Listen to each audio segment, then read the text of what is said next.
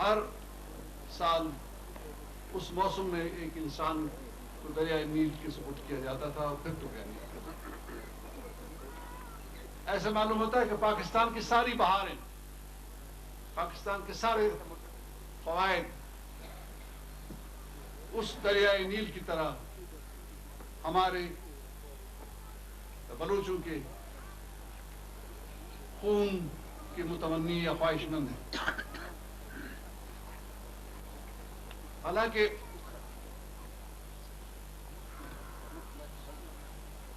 ہم یہ نہیں سمجھتے کہ کوئی ایسا جرم ہمارے ہاتھوں ہوا ہے جس میں ہر 10 سال کے بعد اس عمل کو دہرایا جائے، لیکن وہ دریائے نیل کی ضرورت ہے اسے پورا کرنا. اصل میں یہ ملک جب بنا، اگر اس کی تاریخ پہ آپ پتہ ڈالیں تو آپ کو صاف نظر آئے گا کہ انگریز سرکار نے یہ ملک چند بیوروکریٹس کے حوالے کیا، نوکرشاہی کے حوالے کیا، جو پاکستان میں باہر سے آئے ہوئے تھے یا کچھ کا تعلق پنجاب سے. آپ اندازہ کیجئے کہ پہلا بار جو انہوں نے کیا وہ جناح کے مرنے کے بعد، اور جناح کی موت جو تھی طبعی، اس میں شک نہیں، لیکن اس قسم و کرسی کی حالت میں ہوئی جس سے وہ لوگ جو اپنے آپ کو پاکستانی قوم کہتے ہیں ان کو شرم آنی چاہیے. ہم شرمندہ نہیں کہ ہم اپنے آپ کو پاکستانی کہتے ہیں، وہ جو پاکستانی اپنے آپ کو کہتے ہیں ان کو شرم آنی چاہیے کہ ان کا وہ قائد جس کو کہتے ہیں وہ ایئرپورٹ پر دھوپ میں ایمبولینس کے اندر اس وقت پڑا رہا جب تک اس کا دم نہیں نکلا. یہ ہے اس ملک کے تاریخ کی ابتدا. اور آگے چل کر آپ دیکھیں جس کو قائد ملت کا لقب دیا گیا، اس کو گولی کا نشانہ انہی بیوروکریسی نے بنایا، جس میں آپ کی سول بیوروکریسی، جس میں آپ کی ملٹری بیوروکریسی اور جس میں آپ کے چند ایک سیاسی زوماوی شامل تھے. اور وہ گولی جو تھی پہلی گولی تھی اور آخری گولی تھی جس نے جمہوریت کا جنازہ اس ملک سے نکالا. اس کے بعد اس ملک میں جمہوریت نہ آئی، نہ اس ملک کی باغ دوڑ لوگوں کے سپرد ہوئی. یہاں لیاقت علی کی گولی کے چلنے کے بعد، میں لیاقت علی کے شان میں کوئی اچھے الفاظ نہیں کہنا چاہتا ہوں کیونکہ وہ بھی جو تھوڑا بہت اس کا رول رہا ہے وہ بڑا ہی گندا رہا. لیاقت علی کے مرنے کے بعد آج تک اس ملک میں لوگوں کے پاس حکومت نہیں آئی. یہاں اگر حکومت رہی ہے تو فوج اور صرف فوج کی رہی ہے. سول بیوروکریسی اس کے پیچھے پیچھے رہی ہے، ان کا ہاتھ ان کے اوپر رہا ہے، ان سے انہوں نے کام لیا ہے، لیکن اصل میں ساری کی ساری حکومت جو تھی وہ فوجیوں کے حوالے.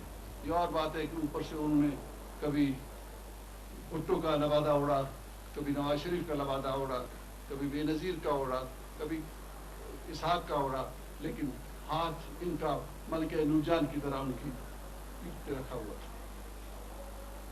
یہ ملکہ نورجان جو تھی یہ اس وقت سے آج تک حکومت کرتی. انہی کی اس خواہش کی بدولت، انہی کے اس عمل کی بدولت، انہی کی اس بدنیتی کی بدولت یہ ملک ٹوٹا. بنگلہ دیش علیحدہ ہوا انہی کے ہاتھوں. اور یہ نہیں کہ بنگلہ دیش علیحدہ ہوا، بنگلہ دیش کو توڑا گیا.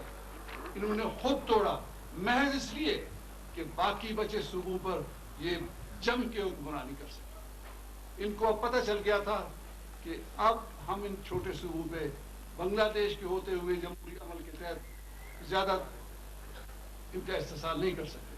انہوں نے بہتر یہ سمجھا کہ ٹوٹتا ہے تو ٹوٹنے دو، بنگلہ دیش کو نکال دو تاکہ ہم ان کالونیوں پر اپنے جن کو سندھ کی وہ سرحد یا بلوچستان کہتے ہیں ان پہ جم کے ہم حکومت کریں اور ان کا اچھی طرح سے استحصال کریں. اور آپ نے دیکھا کہ بنگال کی جانے کے بعد آج یہ بڑے بے درخت ایک قسم کا وہ ڈکٹیٹرشپ، بڑے ایک کیا کہتے ہیں رسوائے زمانہ قسم کی ڈکٹیٹرشپ اس ملک کے پہ مسلط کر کے بیٹھے ہیں، اور اس کا اگر کوئی ٹارگٹ ہے تو چھوٹے صوبے۔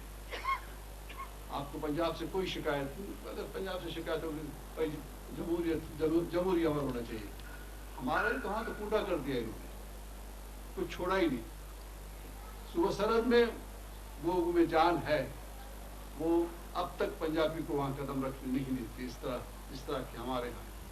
سندھ کا ستیہ ناش پہلے ہی ہو چکا ہے، سندھ کی زمینیں، سندھ کے ساحل، سندھ کی معدنیات، 30,000 بیرل سندھ میں یومیہ تیل پیدا ہوتا ہے، آپ کو پتہ ہونا چاہیے، 30,000 بیرل۔ آپ کو پتہ ہی نہیں ہوا کہ کہاں جاتا ہے؟ آپ نے کبھی سنا ہے کہ سندھ میں 30,000 بیرل یومیہ تیل پیدا ہوتا ہے؟ نہیں، کسی نے بھی نہیں کہا۔ گیس سندھ میں پیدا ہوتی ہے، کوئلے کے اتنے بڑے ذخائر ہیں کہ کہیں بھی نہیں ہے۔ یہ سارے کے سارے، اور سندھ کی زمینیں، یہ سارے کے سارے ہمارے فوجیوں کے، لوگ کہتے ہیں فوجی بھائی نہیں ہیں یہ ہمارے بھائی، کہتے ہوئے لعنت ہوتا اگر ہم ان کو اپنا بھائی کہیں۔ ان کا کون سا کردار رہا ہے بھائی جیسا جو ہم ان کو بھائی کہیں؟ کون سا عمل ان کا ایسا رہا ہے کہ ہماری زبان نہیں خوشخوبی کر ہم ان کو اپنا بھائی کہیں؟ یہ غاصب ہے، یہ چور ہے، انہوں نے اس ملک کو چورایا ہے، انہوں نے ہمارے سارے وسائل پہ قبضہ کیا ہے، اور یہ اپنے آپ کو پاکستان کے سارے لوگوں کے زیادہ اونچا سمجھتے ہیں، اور تحقیر کی نظر سے لوگوں کو دیکھتے ہیں۔ آپ کسی فوجی کے ساتھ بات کر کے دیکھ لیجیے، عام سپاہی کے ساتھ آپ بات کریں، وہ یہ ایسے معلوم ہوگا کہ جیسا کہ آقا ایک غلام کے ساتھ بات کر رہا ہے۔ انہوں نے اس ملک کا ستیہ ناش کر کے رکھ دیا۔ بھارت بندوق ان کے ہاتھ میں ہے۔ اب ہمارے لیے ایک ہی راستہ ہے، اقبال کی طرح کہ ہم غلام پختہ کاری بن کر ان کی تابعداری کے سارے آداب سیکھ لیں۔ اگر ہم نے اس ملک میں جینا، اور جینے کا راستہ یہی ہے کہ انہوں نے ہمارے پیچھے چھوڑا، یا پھر ہم نے آبرومندانہ طریقے سے اپنی زندگی کا فیصلہ خود کر کے ان کے ہاتھ سے بندوق لے کے ان کو دوبارہ دھکیل کر ان کے بیرکس میں لے جانا۔ ان کا کام بیرکس میں بیٹھنا ہے، ان کا کام سرحدوں کی حفاظت کرنا ہے، ان کا کام ہمارے معاملات میں مداخلت کرنا نہیں ہے۔ یہ میں واضح الفاظ میں کہنا چاہتا ہوں کہ انہوں نے اپنے فرائض سارے بلا دیے ہیں، یہ ہم پہ حکمرانی کرتے ہیں، غیر آئینی غیر قانونی طور پر ان کو کوئی حق نہیں پہنچتا ہم پہ حکومت کرنے کا۔ جائیں اپنے بیرکس میں بیٹھ جائیں، اپنے پروفیشنل ڈیوٹیز جو ہیں وہ بجا لیں۔ آج کوئی بھی فوجی جنرل، کسی فوجی جنرل پہ آپ آنکھیں بند کر کے ہاتھ رکھ لیں، اگر اس کا اثاثہ 10 کروڑ سے نیچے ہوا تو جو سزا چور کی وہ ملے۔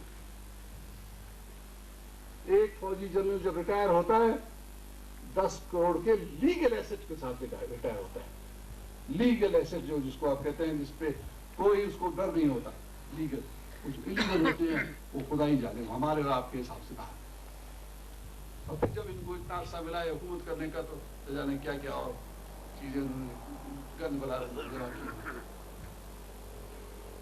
اس ملک کے ٹوٹنے کے بعد ہم پہ جب چڑھائی کی انہوں نے، ہم پہ جب قبضہ کیا انہوں نے، اپنا جب ارادے مکمل کرنے کے لیے جب اپنے جرنیل لیا ہے، سب سے پہلا کام جو ان کے ذہن میں تھا، اور یہ مجھے ڈر تھا، میں نے 1981 میں لندن میں ایک اخبار کو، فارس اکنامک ریویو کو انٹرویو دیا تھا۔